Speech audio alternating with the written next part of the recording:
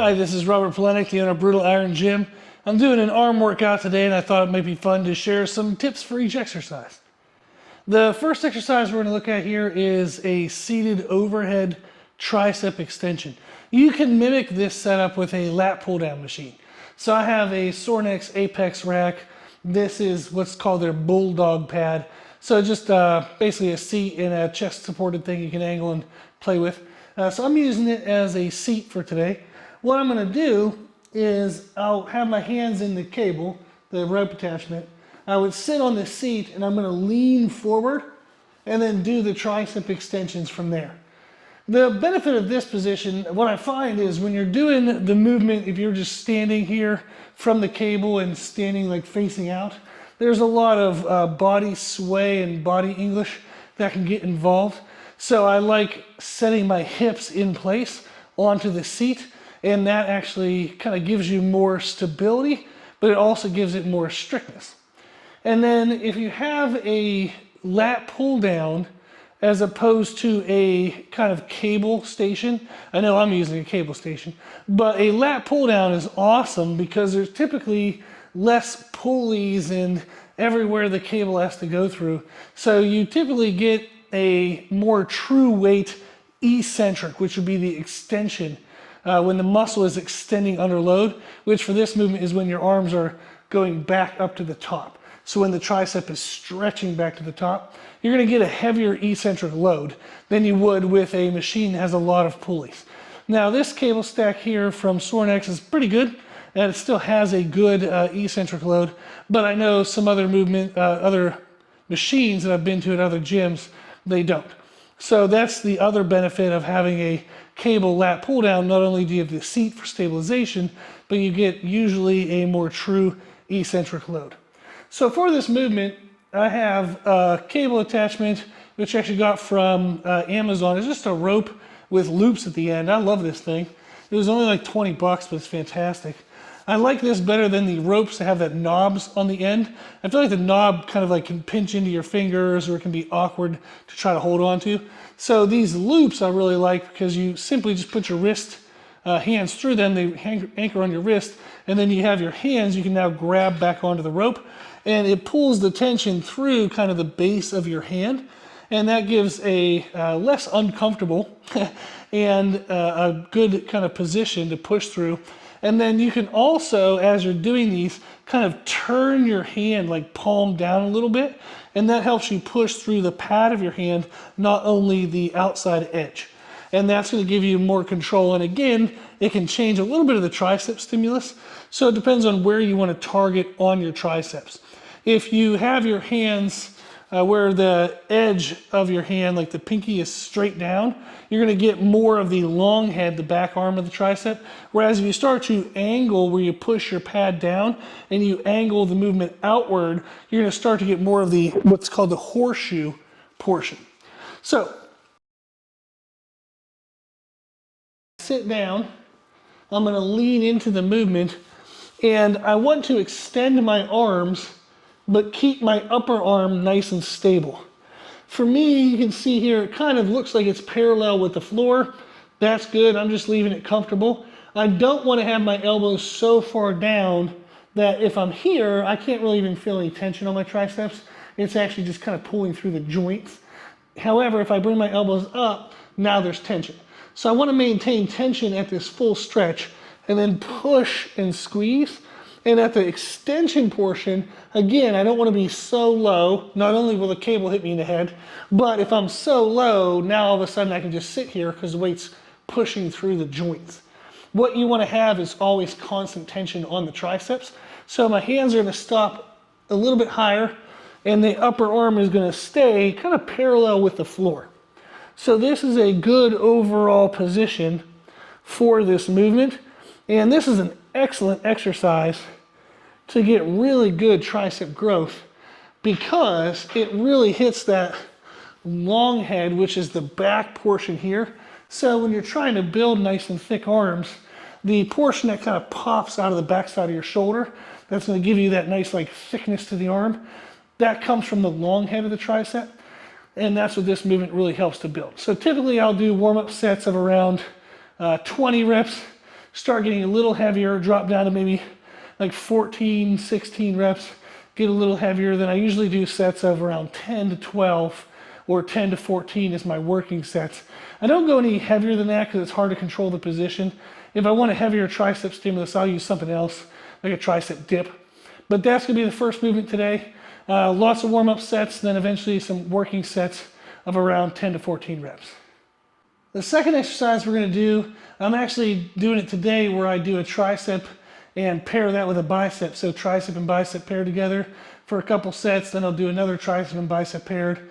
Sometimes I'll just do a bicep and a bicep, then a tricep and a tricep, or I'll do everything separate. Just one bicep exercise by itself, then one tricep exercise by itself. So I mix it up and play with it depending on how much time I have that day and how much energy and how beat up I feel.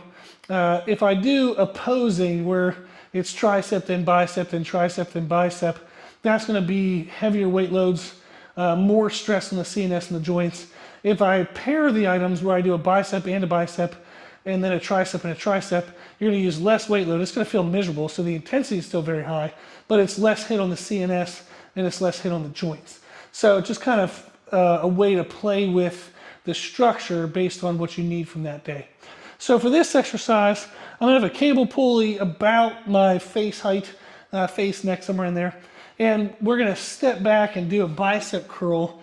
Now, the benefit of this angle is it really helps hit the upper outer portion of the bicep, right where the separation should be between your shoulder and your bicep muscle. So I feel like this really helps pop right there.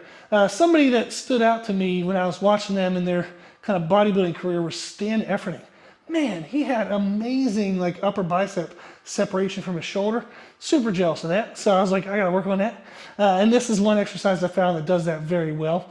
And what I also like about this movement is we're gonna train this in a what's called a shortened position. So if I'm curling like here, the upper portion of the bicep is kind of shortened. It's almost like pre-contracted. The benefit of that then is my bicep's gonna get super pumped from this movement. So then I go into a bicep exercise that has more of an elongated stretch. So if I pump the muscle up, it's nice and tight. Then I go into an exercise like say a straight bar curl or easy bar curls. I'll probably be doing dumbbells, but something where you have to fully stretch down at the bottom. That's gonna help kind of pull that pump open, and that creates more muscle tissue damage from that exercise, just simply in the positional change, let alone the weight load that you actually use. So it helps make the second exercise actually more effective if you do a shortened range pump style movement on the biceps first, and then a full range of motion movement. So for this one, what I'm gonna do is I'll step back. My arm is going to be, I don't wanna just let it straight. So I'm gonna keep my shoulder in line with my other shoulder, keep my body kind of parallel, perpendicular, there you go, perpendicular to the machine. I don't want to turn to it. I just want to stay in place. And then I'm going to be curling and kind of pausing at the peak contraction to make sure I can feel this contracting right here. Now with this movement, I want to stretch, but I don't want to extend and lose muscular tension. So right now my bicep is actually mushy because there's no tension, it's just pulling through the joints. So I want to stop where it would still be flexed. I'm going to squeeze, stretch, squeeze, stretch. Now, some neat components about this movement is we can play with our hand angle and even where we're pulling from in our hand. So if you were the cable stack, what I want to do is I want to curl not with my hand totally flat like this. I'm actually going to angle it a little bit. By angling my thumb up a little bit, that helps hit that outer connection more so. So it helps to target that. And then when I'm squeezing the handle, I don't want to squeeze through my hand kind of evenly. I want to squeeze mostly through my pointer finger and thumb. So I'm going to squeeze the handle really hard on the pointer finger and thumb side and have my hand slightly turned upward. Both of those kind of adjustments really help hit that outer portion really well. So I would suggest all of those tips to make sure that you're getting the most from this movement. So now I'm going to go ahead and get through some more warm-ups, get into my working sets, and then we'll move into the other exercises for the day.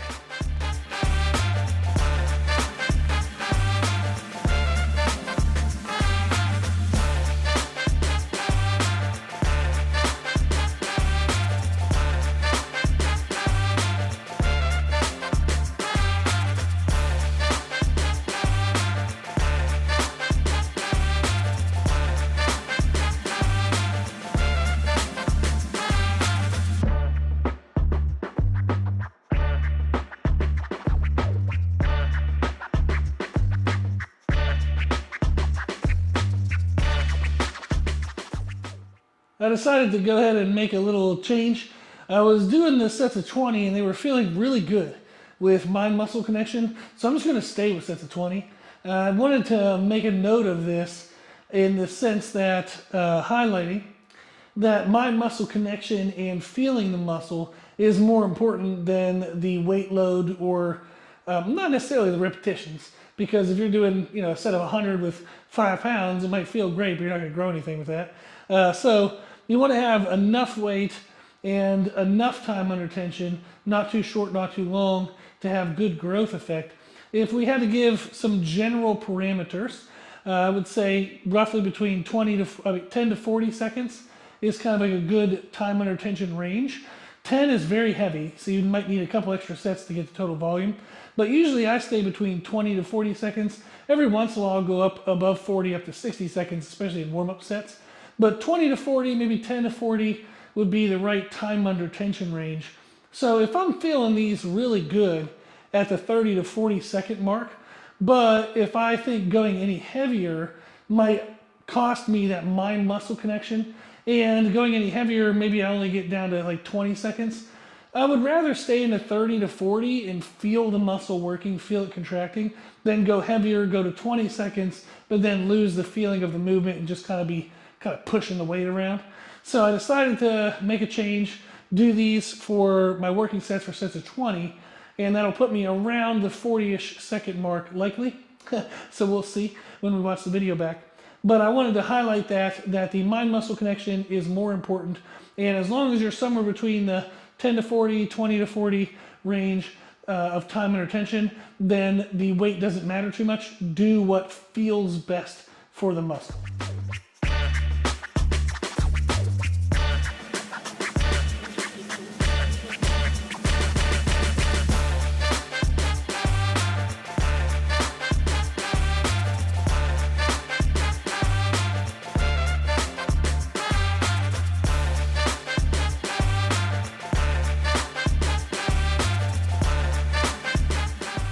The next movement I'm going to do is triceps. I'm going to do some dips. I'm going to do this supersetted with a bicep curl. So for dips, I'm using our Mutant Metal UDA, Ultimate Dip Attachment. I'll show some photos while I'm talking. But I love this thing. It is ridiculously sturdy. It has some options for handle width, so that way people with different shoulder width can use it. And also I find if I choose the wider one with my hands towards the back end, I get some chest involvement with the triceps. But if I go to the middle setting, I get much more just kind of straight triceps. So it takes a little bit of the chest out of it. This is awesome also because it folds up and folds away. So it's a great piece to have. If you have a nice sturdy rack, you can have this as just a nice add-on feature to do dips anytime you want. You can also put this super high and do some pull-ups off of it if you want. So I love this thing. For this, what I'm going to do is I'm going to probably do 3 or 4 rounds of 10 reps and then just do a max effort set, good form failure.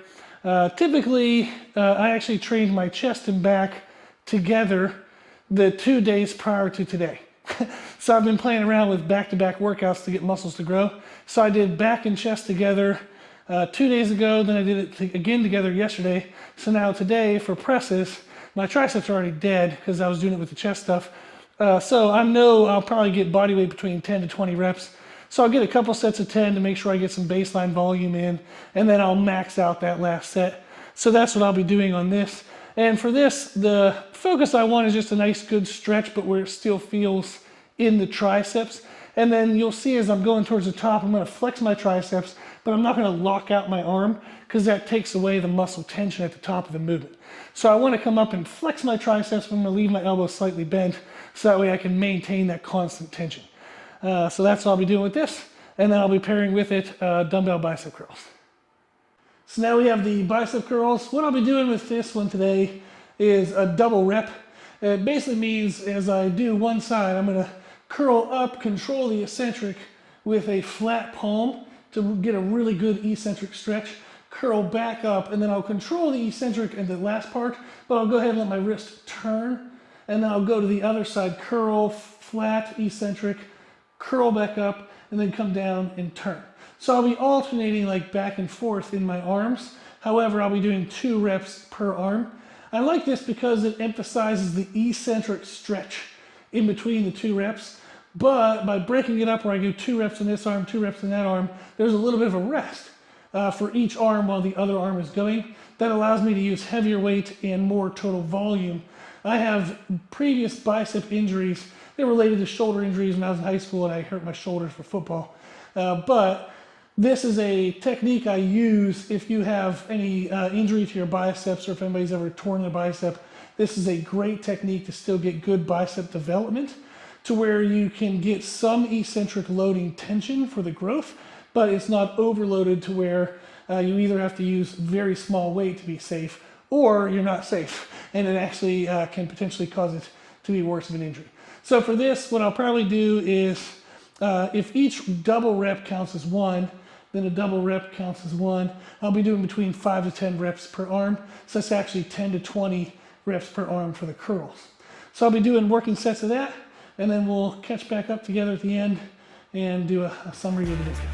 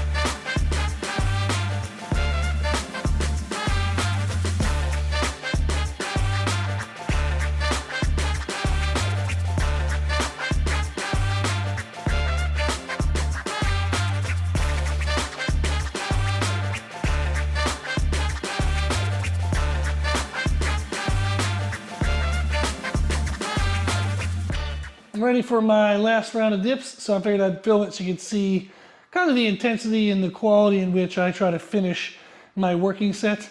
I try to start the last set with really good, clean technique, but I will kind of use a little bit of momentum, maybe use a little bit of body English if I need to eke out a little bit of extra intensity.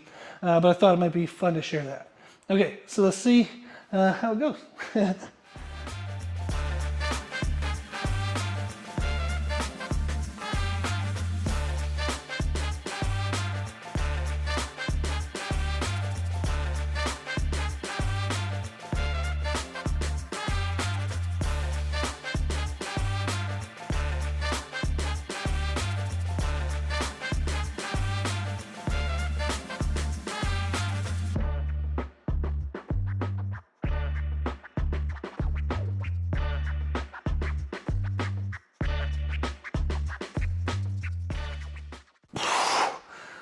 Oh, okay. I know it was over 10, but I lost count. So the goal of the first couple rounds was to get to 10 as a baseline for volume. And I knew on this one I would get more than 10, but probably not more than 20. If I would be able to get more than 20, I think my time under tension might start to get kind of too long. So I would probably weight myself. I'd use a weight belt, dip belt, and add some weight to stay under 40 seconds. So very good, happy with that. Move on to dumbbells and then I'll be finished. Okay, so still out of breath because my rest between these things are very short, but I have it set up, camera set up now. So for the curls, I'm gonna stay with the 30s and do my double reps. I think I'll end up doing probably maybe 5 or so, maybe a little bit more double reps per side. And then I think I'll finish by setting those down, grabbing something lighter, and just repping out both arms at a time, just to get a little extra pump, just to get a little extra intensity on this final set. Okay, enough of me yapping. Let's get into it.